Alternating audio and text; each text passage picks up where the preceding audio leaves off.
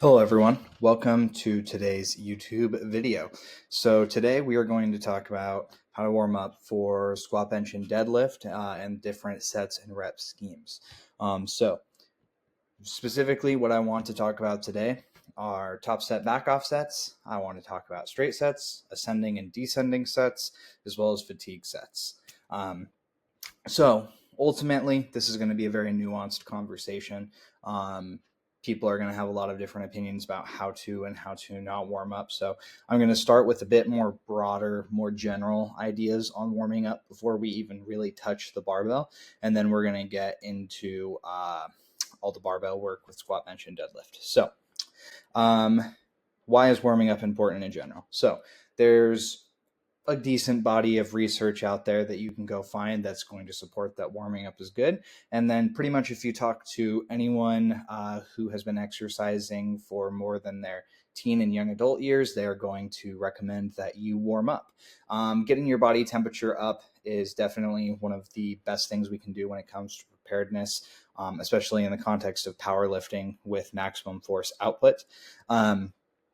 And then obviously with that comes the importance of routine, making sure that what you're doing, getting your body temperature up, doing that on a consistent basis is going to yield the most consistent training outcomes, right? So if we go into a session, we have really heavy squats. If the last block we warmed up well for it, and this block we don't warm up at all, we can assume that there's going to be a difference in output. It might not be a super meaningful amount. It might just affect how you feel mentally, but there's still going to be a tangible effect, as well as maybe a physical effect of you just feeling worse or not showing up as strong. So warming up, important. Doing it consistently, important.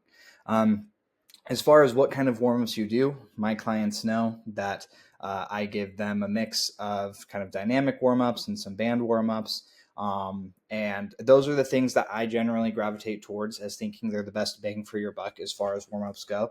I'll talk on that briefly. So when it comes to stretching, I generally find static stretching to not yield as great of a result when it comes to preparedness. I think more recently this has kind of become accepted, and I think there's been some research to show, and that's why it's become more popular for static stretching to not be as optimal for performance compared to dynamic. And so I generally lean into doing something like dynamic stretching. For example, say you're warming up for squat, you want to get your hips warmed up and obviously want to get blood flowing to your lower body musculature, your hips, your glutes, your quads. I feel that doing something like a walking lunge, or perhaps just like body weight squats repeatedly yields a better advantage than doing just a body weight squat and really trying to sit into it deep, or doing a body weight lunge and just trying to sit there and hold and stretch out the hip as much as possible.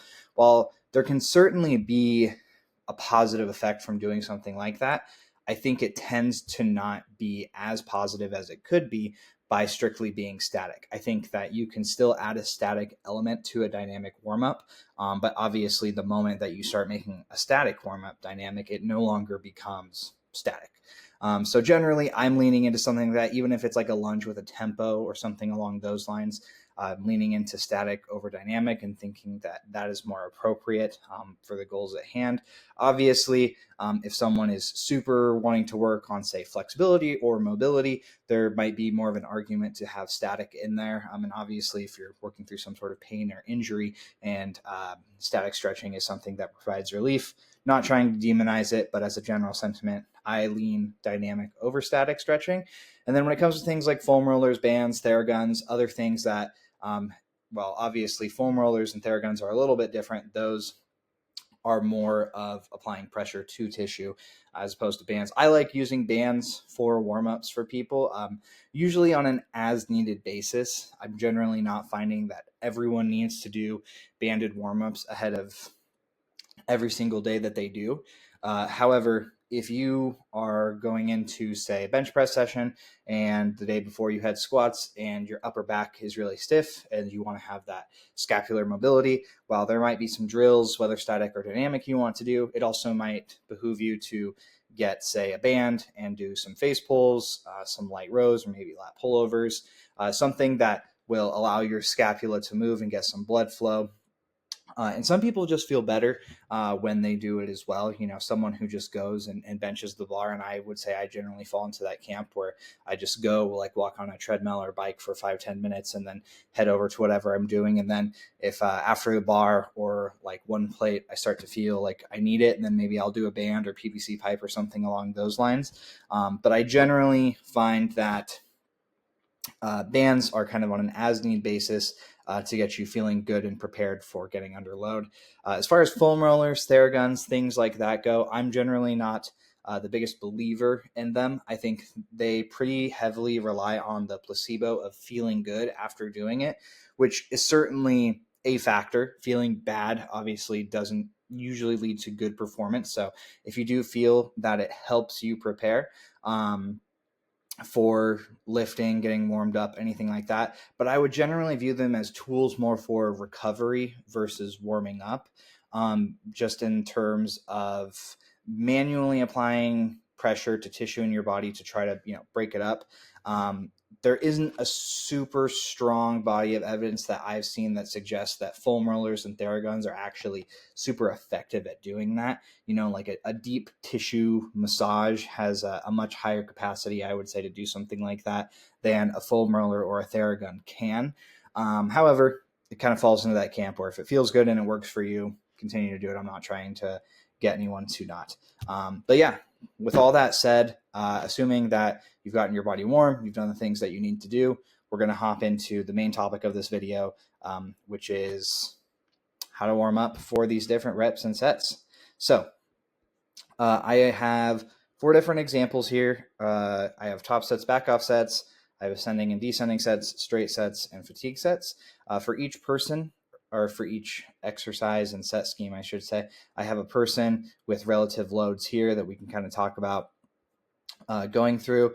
And then I have warm-up jumps on the side over here as well. So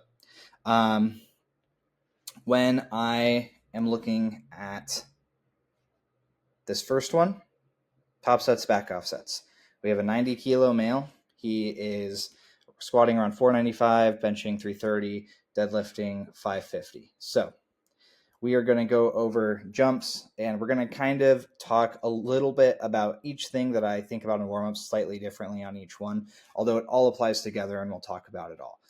So I'm going to talk about jumps, examples, and in this context where we're using top sets and back off sets, I think utilizing the range and really thinking about the range is the most important thing to kind of contextualize here. So starting out, we have a day 1, week 1 squat for this guy. He's got a top set double, RP5, very casual as a nearly 500-pound squatter, having that top end, bottom end be in the high 300s to just topping out at 400, not a big deal. So for this guy, pretty straightforward. If we're on pound plates, I'll probably just have him go 1 plate, 2 plates, 3 plates. And then for that last warm-up, probably looking around that 365 mark, trying to think about the range that we had there for his top set, which was 400, 375.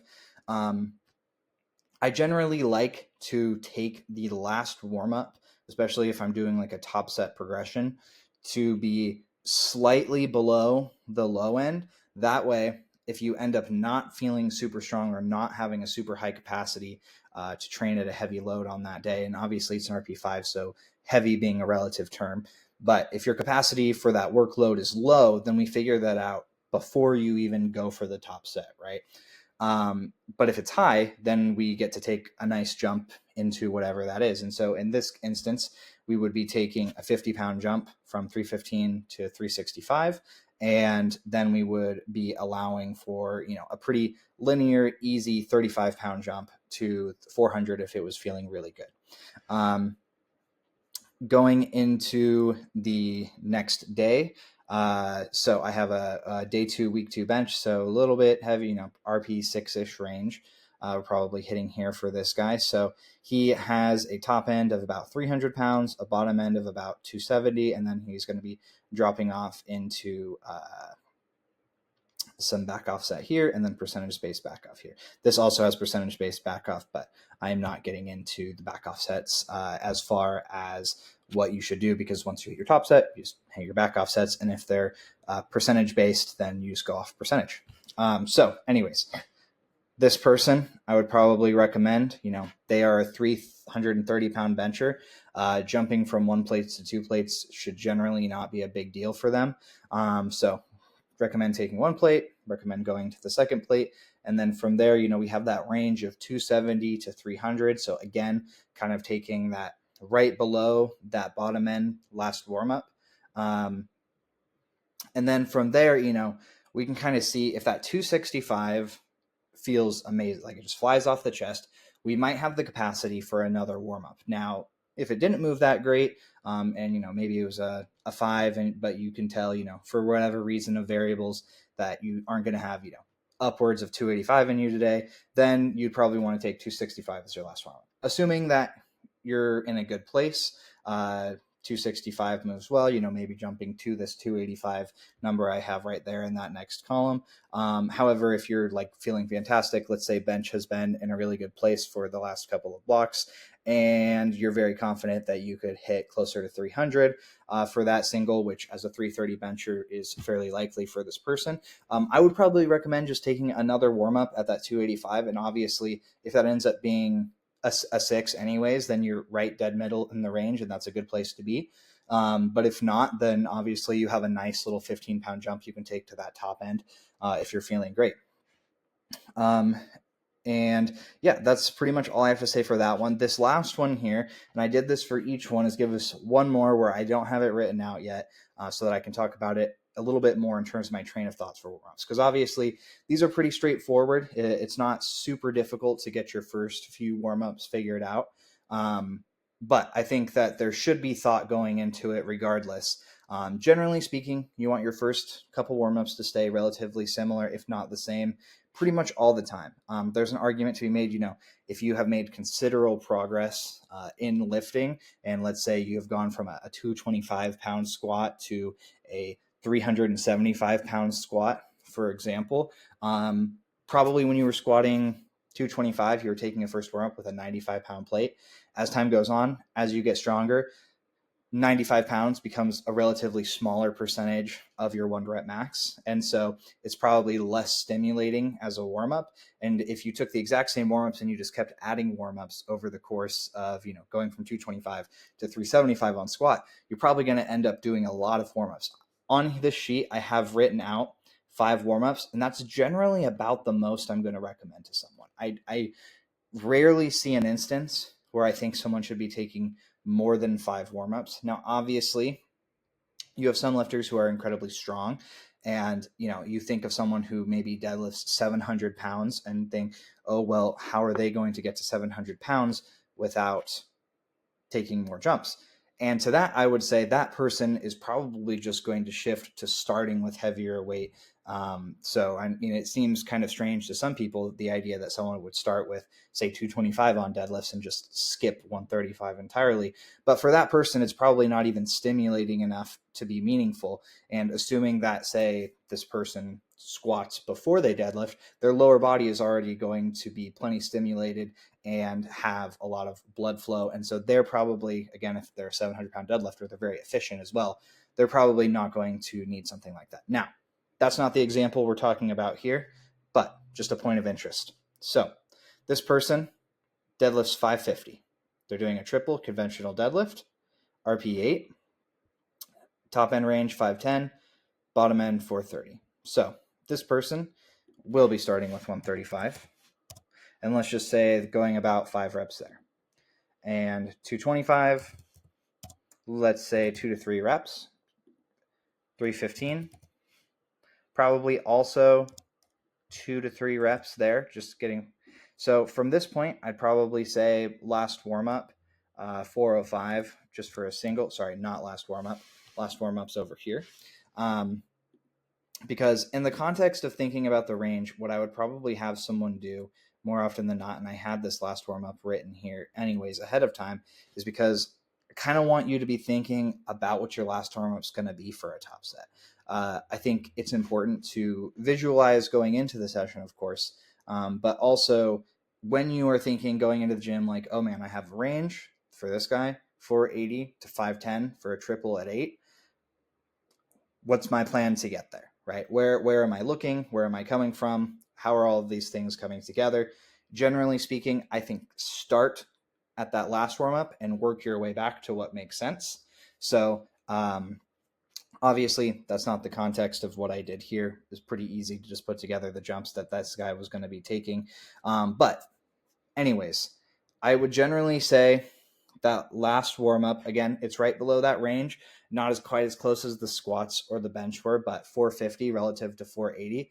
Now, obviously, if this guy hit 450 and it moved well, looking more, probably in that 495 to 510 range. If he hit that 450 and it was relatively challenging, obviously we're going for an 8, so I don't expect 450 to be the easiest rep in the world. It's still a decent percentage of his max, only 100 pounds off of his max.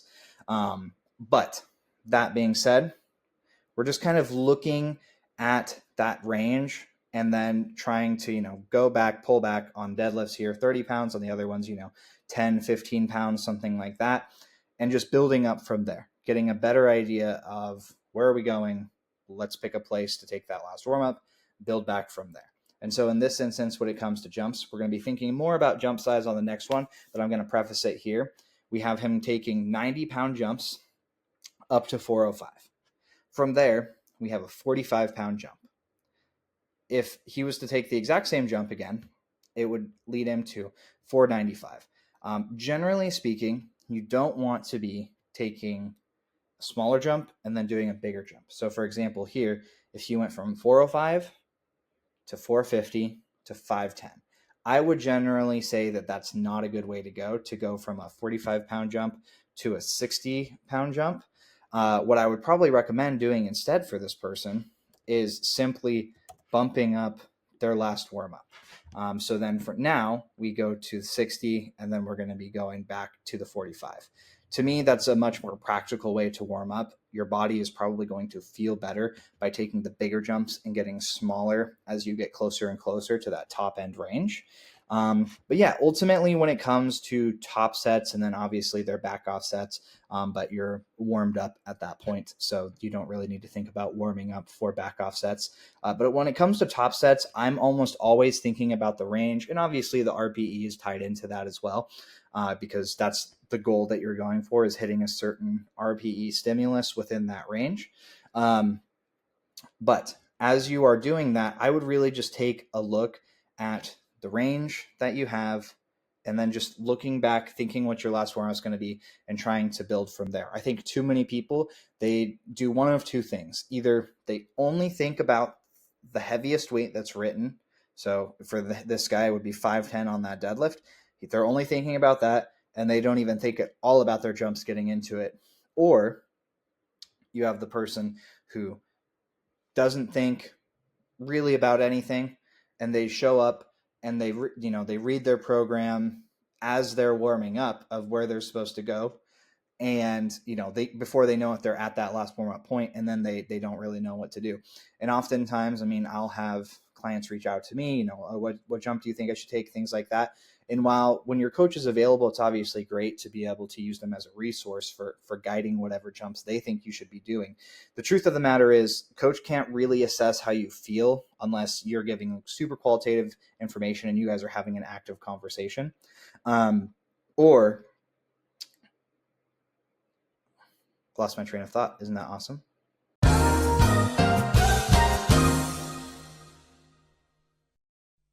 And so when that's the case, obviously it's great whenever that can happen, but not a reliable way to plan around your training is by having your coach ready and able to report back on your training. Just not a realistic outlook to take. Maybe there's coaches out there who are super available all the time when you're training. Awesome. Great for you. But I think it's good to take some responsibility for your training. Think about your warm-ups ahead of time. It doesn't need to be, days before going into the gym, but I would say at the very least when you're warming up, say walking into the gym or in your car before you go into the gym, it's probably worth taking a peek at your program and taking a slight interest in where you're going to be ending up for the day, because it can make a pretty big difference when it comes to actually planning out and executing the training session the way that it was meant to be done. So looking forward now into ascending and descending sets. I have this written a couple different ways, and sometimes I'll write it differently just based on the individual for the program. Some people, I think, need a lot more structured guidance with it. Some people need a little bit less. So talk briefly on each of these. So I have this written for 100 kilo female, 350 pound squat, 215 pound bench, 315 pound deadlift. So for her, I'm going to go ahead and start from the bottom up. So we'll start with these deadlifts. So these day 3, week 4 deadlifts. So intense deadlift session. We have RP 8 single with a range of 300 on the top end, 275 on the bottom end. And then we have descending sets of 5. So as far as the warm-ups go, probably fine to start with a red, and I have this person taking 3 reps, and then we are jumping. I have this one on kilo plates, just for the sake of diversity. We're going to flip back and forth. So I have them then going to 198, and then we have them going to 242, and then to 275. So the jumps here that I'm thinking about is, okay, so we're starting here, right? And we're going to take a 20 kilo jump here, and we're taking another 20 kilo jump here, okay? And then I believe this is a 15 kilo jump here. So starting big, getting small, like I talked about. There's nothing wrong with taking even size jumps, but for her, that 275 is at the bottom end.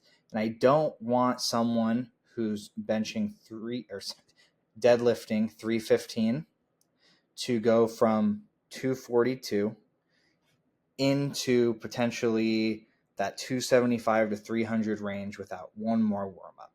So you could replace this with 265 if she wasn't feeling as great coming into the session.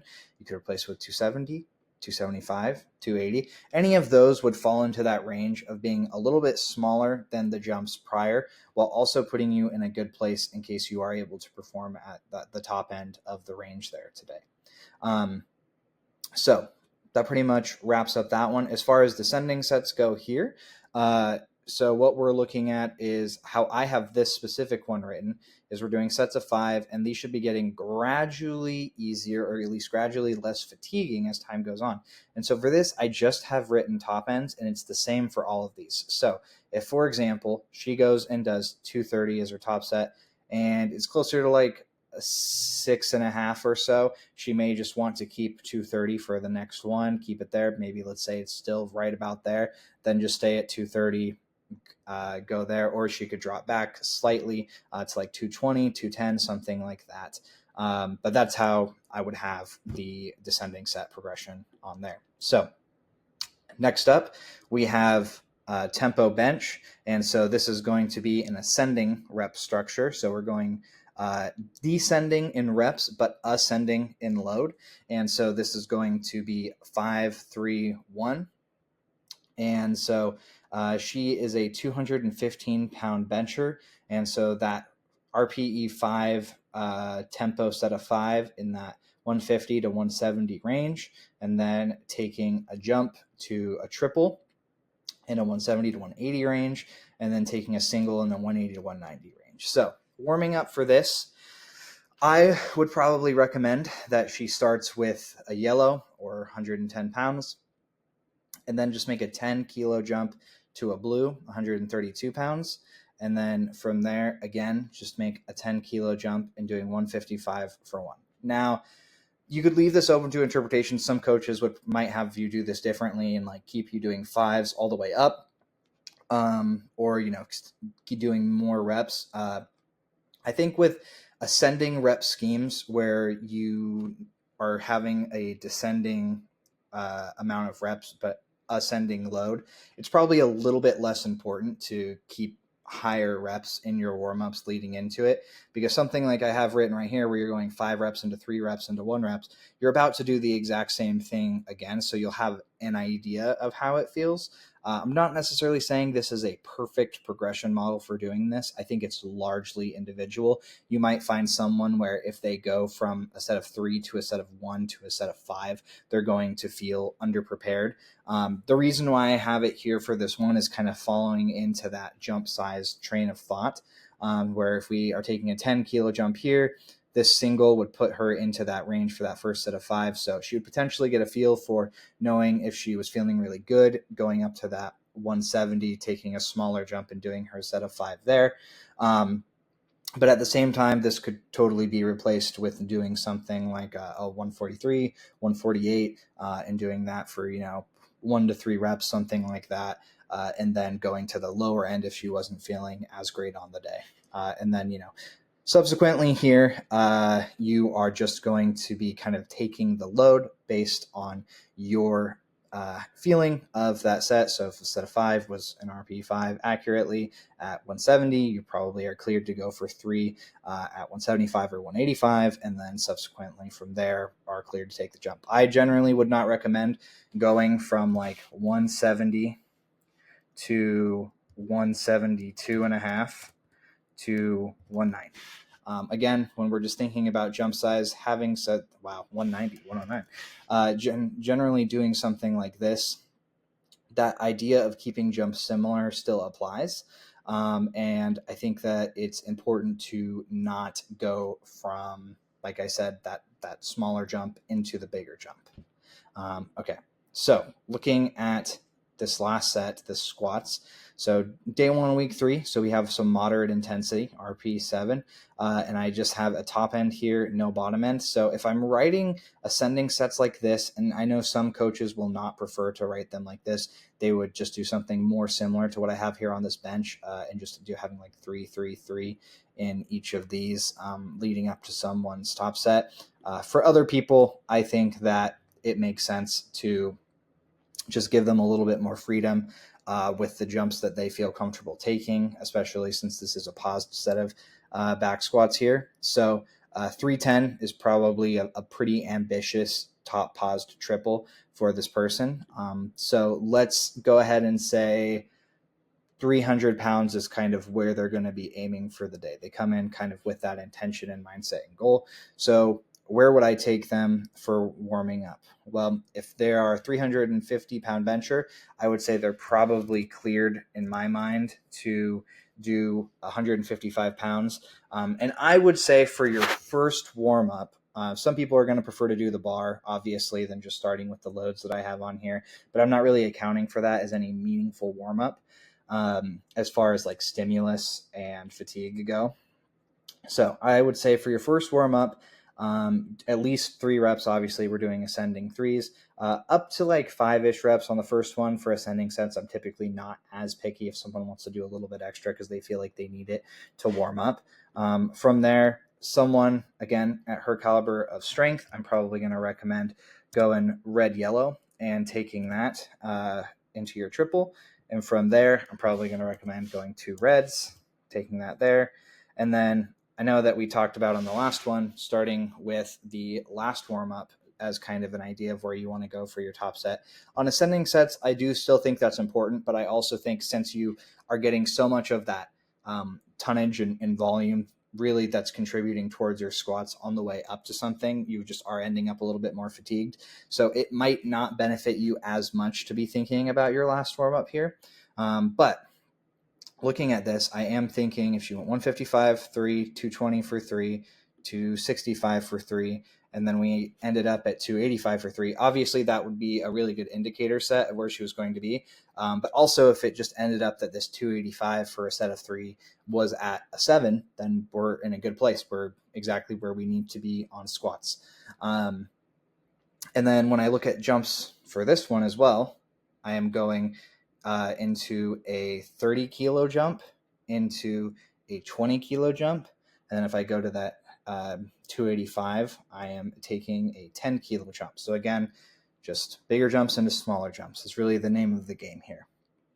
That pretty much wraps up it for as far as warming up for ascending sets and, ascending, descending, all that. So going into straight sets, this one's probably the most straightforward.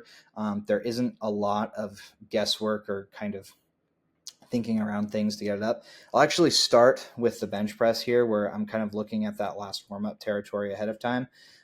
So for straight sets, I think you're probably going to have a pretty good idea of where you're going to end up. So This guy here, 125 kilo male, 585 squat, 350 bench, 585 deadlift. So this guy, probably pretty big, a fair amount of musculature to him. Close grip bench is, I mean, I'm just going to assume these are somewhat made up, somewhat based off of lifters, but I'm going to say somewhat more of a technical, a little bit wider bench. So probably not as close grip strength carryover compared to comp bench. So for this guy, give a little bit of a bigger range here, just knowing there's going to be some variability in pressing strength since it's not his best position. And then when I'm looking at this range here, I do kind of just end up thinking 265 is probably where either warm up or the set is just going to end up that he's pursuing. So if I have 3 sets of 7 here for this guy that I'm warming up, and he is a 355-pound bencher, it's pretty fair to say that he's going to start at 155, although I did say that this is pound plate, so I guess I'll go 135, although if it was kilos, I'd probably say he's good to jump to a red. For like 5 reps there, and he's probably good to go 225 for like 5 reps there. And then taking that last warm-up around 265, or potentially, if it feels like that's accurate to the RPE that he's aiming for, just sticking at that 265 mark. And when it comes to something like straight sets where you're going to be getting a lot of, obviously, intensity and volume just at a static workload, the reps aren't changing, the sets aren't changing. It's just all going to be the same, and it's all going to be difficult for this instance where I have it written as a day 2 week for RP 8, 3x7 on close grip bench. I think not necessarily trying to minimize your warm-ups, but just trying to make them efficient and effective. So for this guy, like 135 by 5, 225 by 5, you probably assume he's pretty safely warmed up there and good to jump at least to like 275 for a lifter this strong, but I wrote in 265 because of the range that he has there. But that is the attempt that I would take for it. If we go to these tempo to pause squats, like a week 3, where I still have this as being pretty light load for him because it is a tempo to pause squat for straight sets. And I'm just kind of going with the assumption that this would be a secondary day and not a primary day, just for the sake of RPE. And when I'm looking at this and I see, 135 by 5 for the first warm up, and then 225 by 3 for the next warm up, 315 by 2 for the next warm up, 365 by 1 for the next warm up. And then we've got those 3 sets of 3 in a 385 to 415 range. So kind of similar to what we've been talking about, over the last 2 things when we're thinking about jumps, bigger to smaller. And when we are talking about how close do we want to get, we just kind of want to be under that bottom end range or very close to it when it comes to taking our last warm up. So at this point, 365 for 1, and then I'm assuming that they're doing this tempo to paused as well. And getting a pretty good feel for where they're going to end up. Obviously, for this person, this is a pretty relatively light load, but obviously we have a lot of constriction from the variation at hand. So making sure that while we are doing that and practicing that tempo to pause on this last one, we aren't really straining to get it done. Doing 3 reps, for example, here I would say is probably just slightly counterintuitive. To trying to conserve energy for those sets, like I said, because it's not like it's a top set where you're going to have higher exertion and then back off set where you're going to get that volume at likely a slightly easier intensity or at least lighter load. So the relative fatigue should be a little bit lower. But yeah, that is about what I would say to do for something like that. And when it comes to deadlifts, this is light deadlift for this person. I have it written as pause sumo deadlift, 3 sets of 2, RP5, week 1. And, for a nearly 600-pound deadlifter, a 380 to 420 range is not very significant. But let's go ahead and get into it for him anyways. The 135 by 5, 225 by 3, 315 by 2. And then here's where I have a question mark written for should he do one more. I would say if this person is going to do 405 or less, probably just going straight into the top set is not likely going to need anything as long as it's the same. Again, it's straight sets, so I am trying to be a little bit more conservative with not exhausting self quite as much on the warm-ups. Obviously, across all set spectrums, trying to limit fatigue with, we're going to talk about fatigue sets next, which is kind of a unique case. But generally speaking, we do want to limit the fatigue we're inducing before we get to the working weight that we're trying to progress. And so in a case like this, where you could make a pretty easy linear jump, kind of split the difference, hit that middle of the range with just one clear jump from your last warm up into these straight sets, that is probably what I would advise to do. Now, let's get into fatigue sets. So I have here 60 kilo female, 185 pound squat, an 80 pound bench, and a 225 pound deadlift. So we will go ahead and start bottom and go up to the top again. We'll end on squats. So for this person, I have a fatigue set of beltless deadlifts, and then we're going into belted deadlifts for a single, and then they have a back off set of 5 belted as well. So for this person, deadlifting 225, typically I would probably prefer that someone hit something lighter than 132 that I have written, probably getting a little bit closer to 50% for their first warm-up. So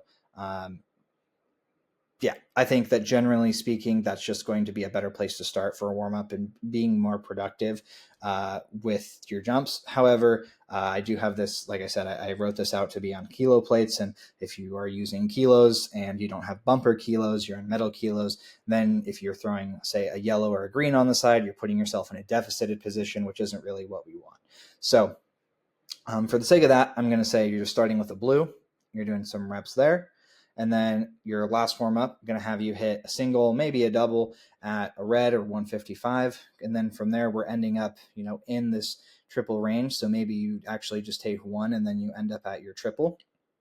And then you're going to take that triple and then you're going to throw on your belt and you're going to go into that single. So when it comes to the jumps here, let's hypothetically say we're taking this and we're taking this, and they want to do it at 165. Let's say they want to take this set at 165. So that's just a 5 kilo jump. Now, this is a unique case where I would say potentially going from smaller to bigger wouldn't be super detrimental to the lifter. Pretty much because of adding the belt, you are more so giving the lifter an assistance, reaffirming their bracing, potentially, depending on the person, allowing them to get into a better position. And so with that, maybe we would see that person go to that 185 mark, but more often than not, I'm still going to advise for just taking the same.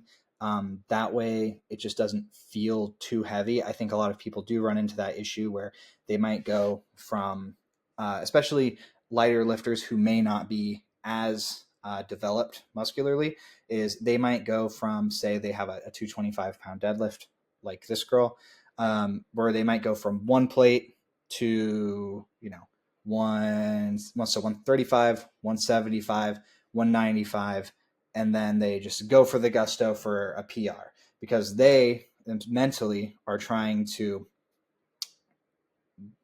keep fatigue low, which is kind of what we're talking about right now. You have the fatigue sets, but we want to keep the fatigue managed. So for someone like that, trying to keep fatigue managed, it makes sense more in your mind, but in practical application, going from, that whatever, let's say for them, RP7 single at 195 into a jump to 230. It's just too big of a jump when you're going from a 20-pound jump into a 35-pound jump. It's not practical to do. So when we look at the fatigue sets, like I said, for the specific beltless into belted variation, you might see that play out a little bit better, but I would still advise in most cases to not do that. So looking at the bench press portion of this, we have a triple into a single again. And so for her as an 80-pound bencher, we're going RP6 for triple. And that range there is 62.5 pounds to 55 pounds.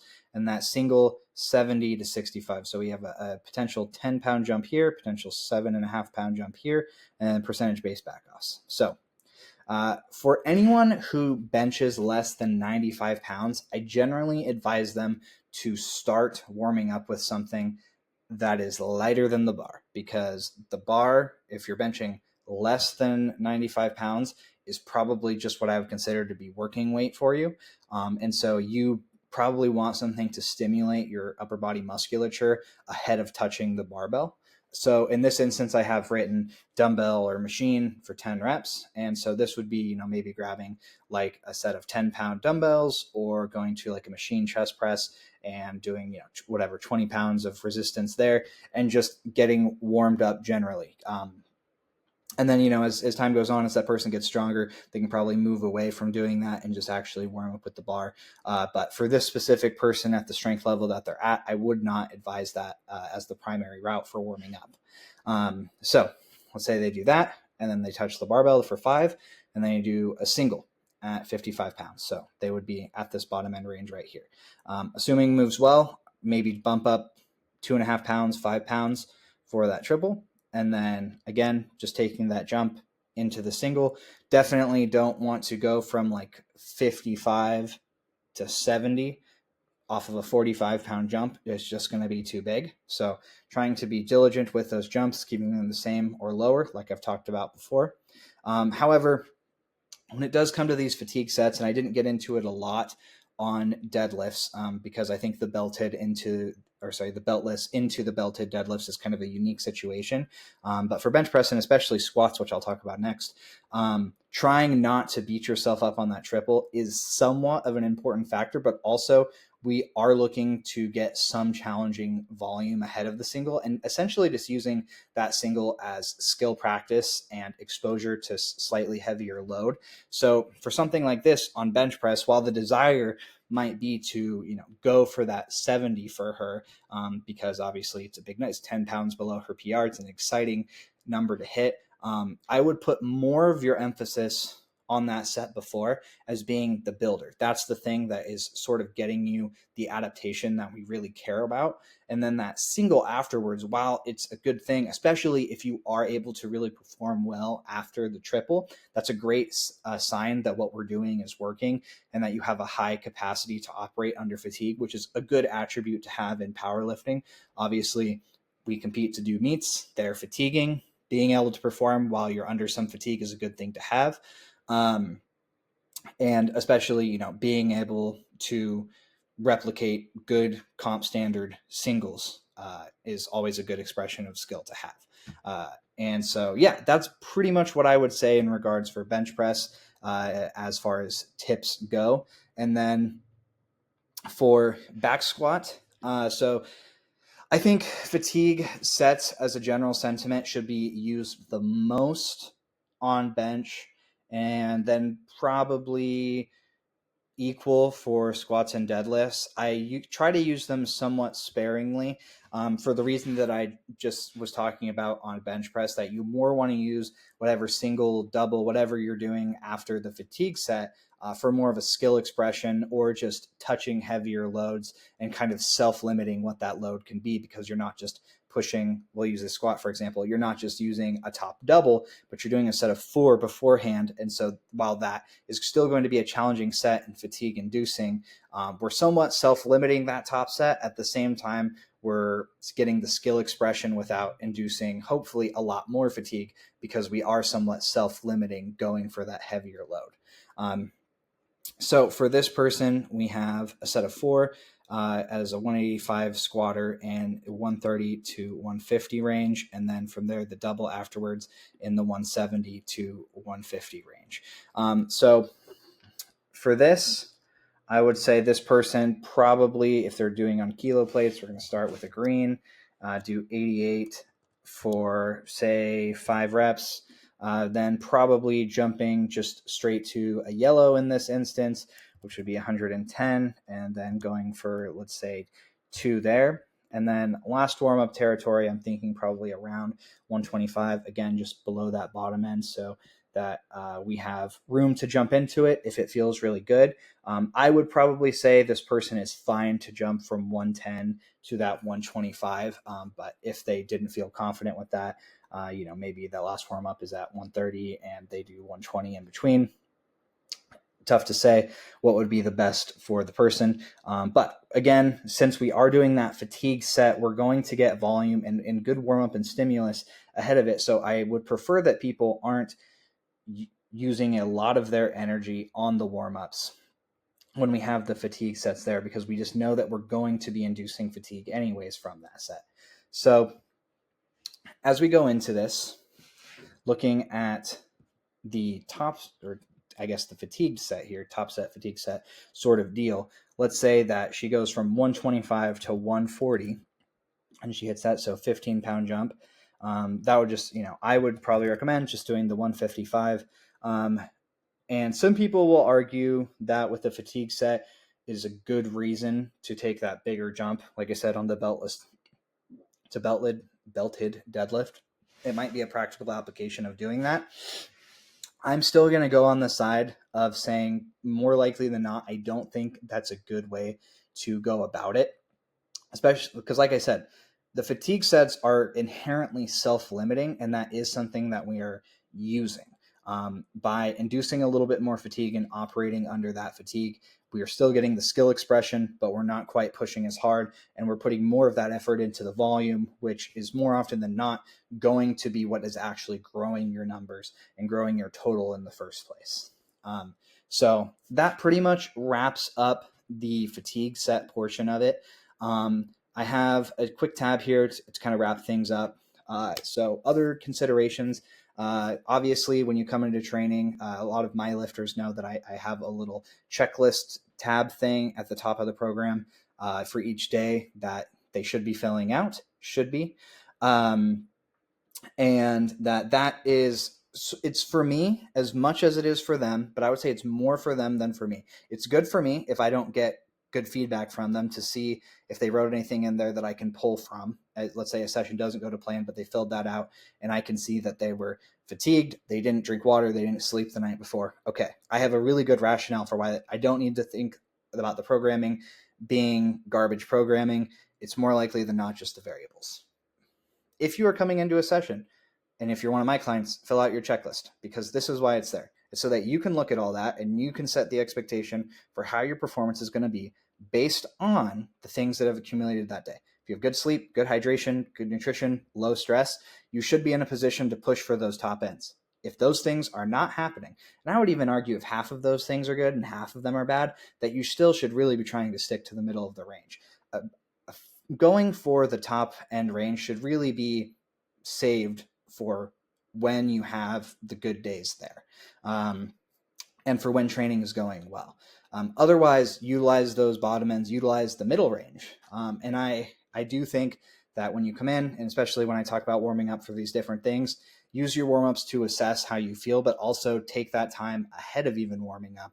Look at your program and just be objective about how you're coming into the day, because you don't really stand to benefit anyone, me or yourself, by overly beating yourself up, whether it be through your warm-ups or your top set or whatever it is. Just remembering to come in objectively, looking at where you're at, and then making training decisions off of that. And then another thing I wanted to talk about was pacing your warm-ups through a block. So what I mean is I'll talk about myself as an example. So I am a pretty big squatter. For those who don't know, my personal best right now when I'm recording this video is 640 pounds. My progressions on squat look pretty different across the course of a block. So right now I've been doing ascending sets and making pretty good progress with those. On my week one, my top sets are usually in like a 440 to 500 range. With my last warm up being 3 reds, I always go 1, 2, 3 reds, no matter what.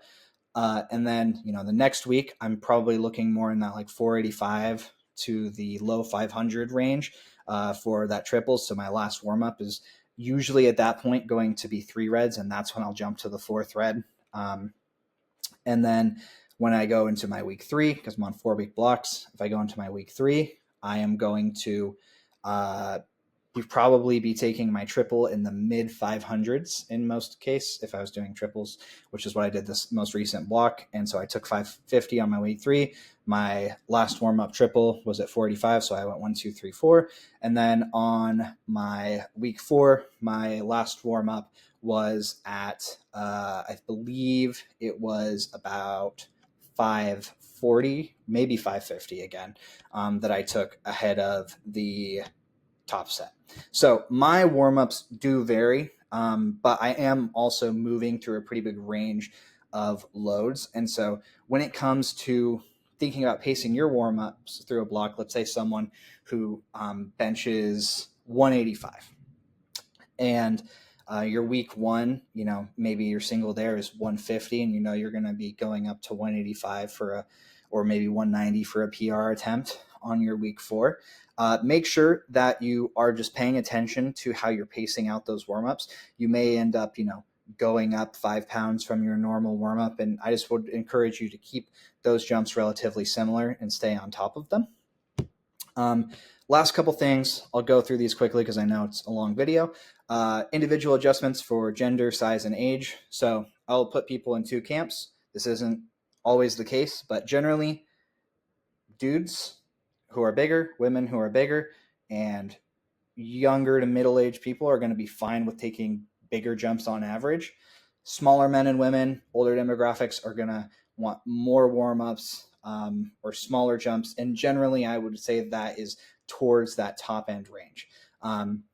So example of this being maybe a 135 bencher for a woman might need to take, multiple warm-ups between 110 pounds and 135 pounds in order to hit it. Whereas if you have a guy who benches 450 pounds, they can probably jump 1, 2, 3, 4 plates without really breaking too much of a sweat, and then maybe doing like 425 and then going for 450. So as far as that goes, it's not entirely, this is always the case of what happens, but I would say more often than not, that's the demographic you're going to find yourself fitting in. So if you find yourself skewing towards being on the smaller side of things, I would generally say those bigger jumps probably aren't going to feel as great for you. And if you're a larger person, or like I said, when it comes to age demographic, maybe a little bit younger, a little bit more resilient, those bigger jumps are probably going to be advantageous or at least not harmful to you. And then last thing, mostly for my clients, but also for others, when it comes to giving feedback to your coach about different reps and set schemes, try to be as diligent as you can in providing details, not just, this doesn't feel good, or, this does feel good. Let's try to be a little bit more critical. Coaches are definitely putting effort, or at least they should be putting effort into the rep schemes and set schemes that they're giving you for progression. I will use myself as an example again with my coach, Chris. And so with him, my deadlifts have been an issue for a long time. I've either gotten hurt or they haven't made progress, whatever it might be. With that happening, I told him, hey, I think that probably what needs to happen is I'm getting super beat up from my squats, or not squats, from my deadlifts. I'm super resilient on squats. I can tolerate a lot of intensity and volume, and it doesn't really seem to do anything bad. I think we should pull back on the deadlifts, and I think we should see what happens. And so what ended up happening is we went from 2 days a week of deadlifting to 1 day a week of deadlifting. I did ascending sets and 1 back off set. So I probably halved my actual deadlift workload, maybe more than halved it, and it ended up working really well. But that wouldn't have happened if we hadn't had that conversation about what I thought was going to be most productive for my deadlift. And it's important to give your coach the reins and, allow them to be the authority on when you bring something to them and say, hey, I think this would be a good idea. They should be the person who says yes or no, this is why. But I think it's important to not just get into the habit of saying, my coach knows best, I just won't even talk to him about training at all. Your coach is going to make the best decisions based on the information you give them. So if you miss a squat and you just text them, oh my gosh, I just failed my squat, and they haven't heard from you in a week of training, and they've been asking for your videos stuff, you haven't sent them anything, and you fail your week 4 squat, and you're like, oh my God, I don't know what happened. And then they say, hey, did you film your last warm up? What did you take? All those sort of things. And you're just kind of spinning your wheels, being like, I don't know, I think we need to change things like that. They're probably not going to take you seriously. But if you are really on top of your stuff and you guys have been making good progress, and then all of a sudden something changes, let's say for 2 months, and they try something new, they introduce it, and it just doesn't feel good, and you tell them, hey, coach, I know it takes time for things to feel good, but this is just consistently feeling bad every session. By the time we get to the week 4, the bar just continually feels really heavy in my hands or on my back. And I don't know. I don't think that it's working. Obviously, that is great information to receive. And especially if you can get it context specific of being like, hey, we've been doing fatigue triples for the last, block on bench press into the single. And like my triple feels great, but my single it doesn't feel like I'm doing anything good there. That's obviously something that a coach would want to hear and could maybe go, okay, so maybe what needs to be happening is we just need to be pushing triples and get rid of the single entirely and progress that and see what happens.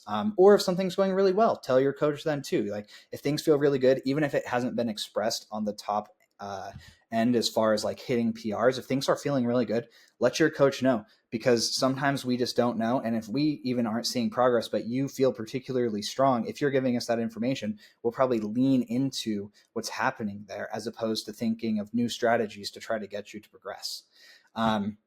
So a lot of information, long video. I hope that you guys all enjoyed. Hopefully you learned something and take it away. If you're one of my clients, obviously, hopefully that you are able to apply this into your feedback and training. And if you come from someone else, or if you're a coach yourself, hopefully this was informative and that you were able to apply it in a meaningful way to your athletes and or training. This has been a lot of fun. I had a really great time creating this video. I'm hoping to create more YouTube content in the coming months, years. But let me know if you guys have any suggestions of videos that you would like to see from me. And I'll talk to you guys in the next one.